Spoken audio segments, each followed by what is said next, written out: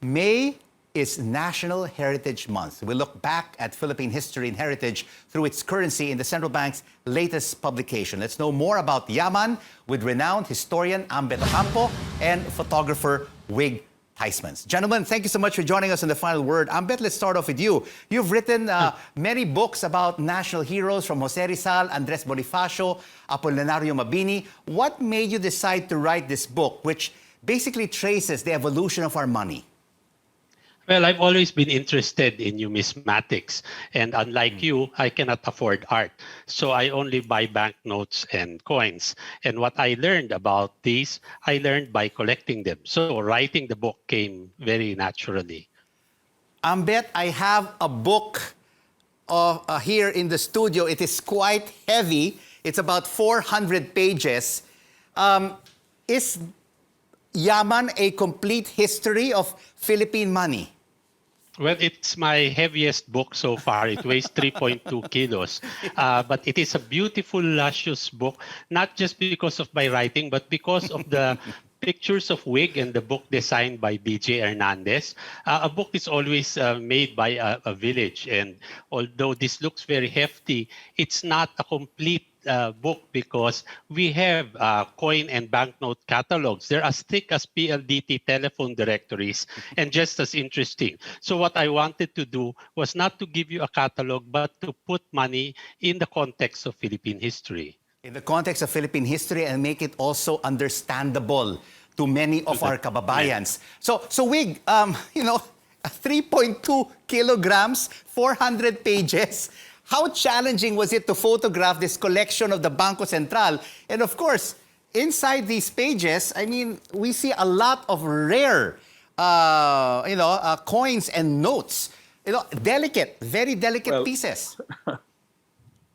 Well, we were privileged to handle them. No, as a matter of fact, it was a bit challenging because, for starters, we had a limited number of days to shoot it. No. And there was about 1,500 pieces that we had to shoot from the collection. This included the coins, the gold, and the silver, plus all the banknotes of the history. No, so and you have to photograph both the obverse and the reverse side. No, so you show both the how do you call that? The front and back of the coins, and same with the monies, no? Same with the banknotes. So the most difficult of all, of course, was shooting the gold. Gold kasi needs special lighting. It reflects everything that's around. So if your ceiling is white, then some parts of the gold becomes white, no? So that was the more difficult shoot. Also, a lot of the coins that we photographed were very well engraved. So we had to show, the embossing, no, of the coins. And this is done through good use of light. So, yun. Also, I needed a little bit of direction, on how to go about doing it, because the one thing we were discussing before we even shot it with Studio 5, no, I was discussing with the designer BG that as much as possible, this book does not come out like a catalog. I mean, that's the last thing we would like to see, no, is a catalog, kasi what we want to see is something more interesting than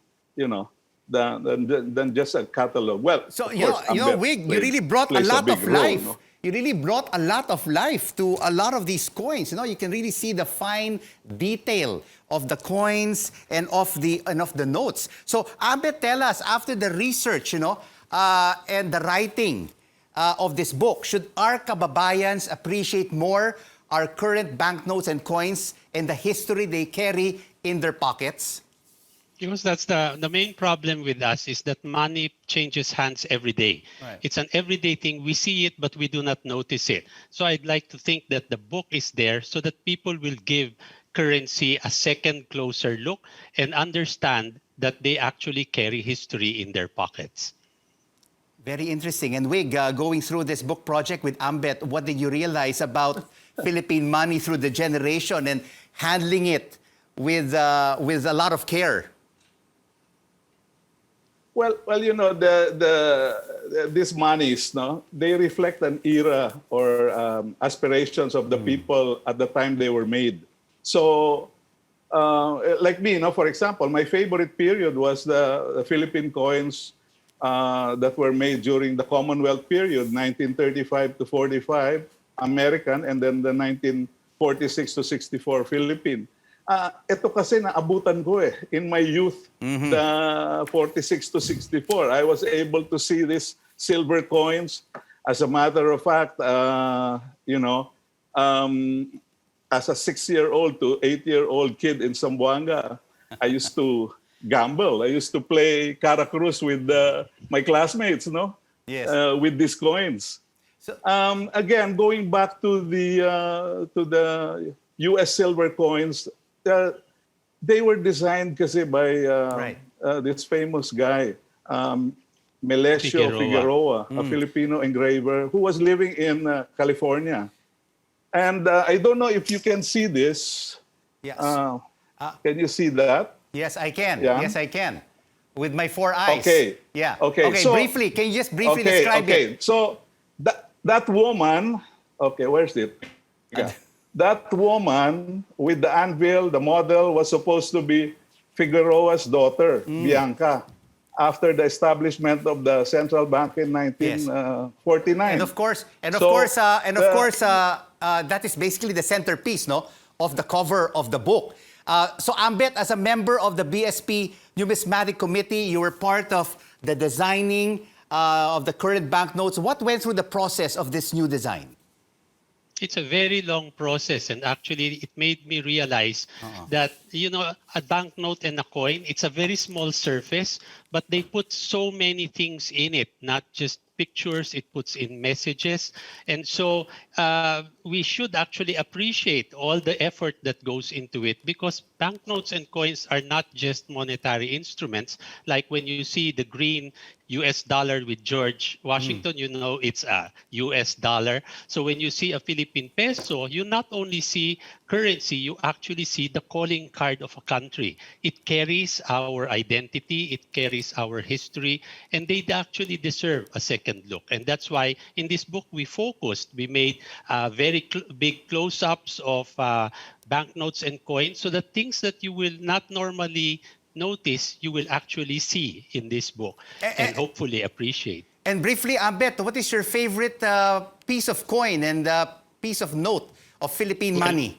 My favorite's actually the pre-colonial piloncito. It was a little gold pellet that was used in prehistoric times, which just shows you that even before Magellan arrived, we may not have been a great civilization like China or India, but we were not barbarians when the Spanish arrived. And this is proof that we had a culture, a heritage, a economic system even before the colonizers arrived.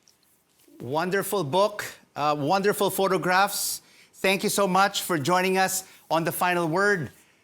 Ambeth Ocampo and Wig Tysmans.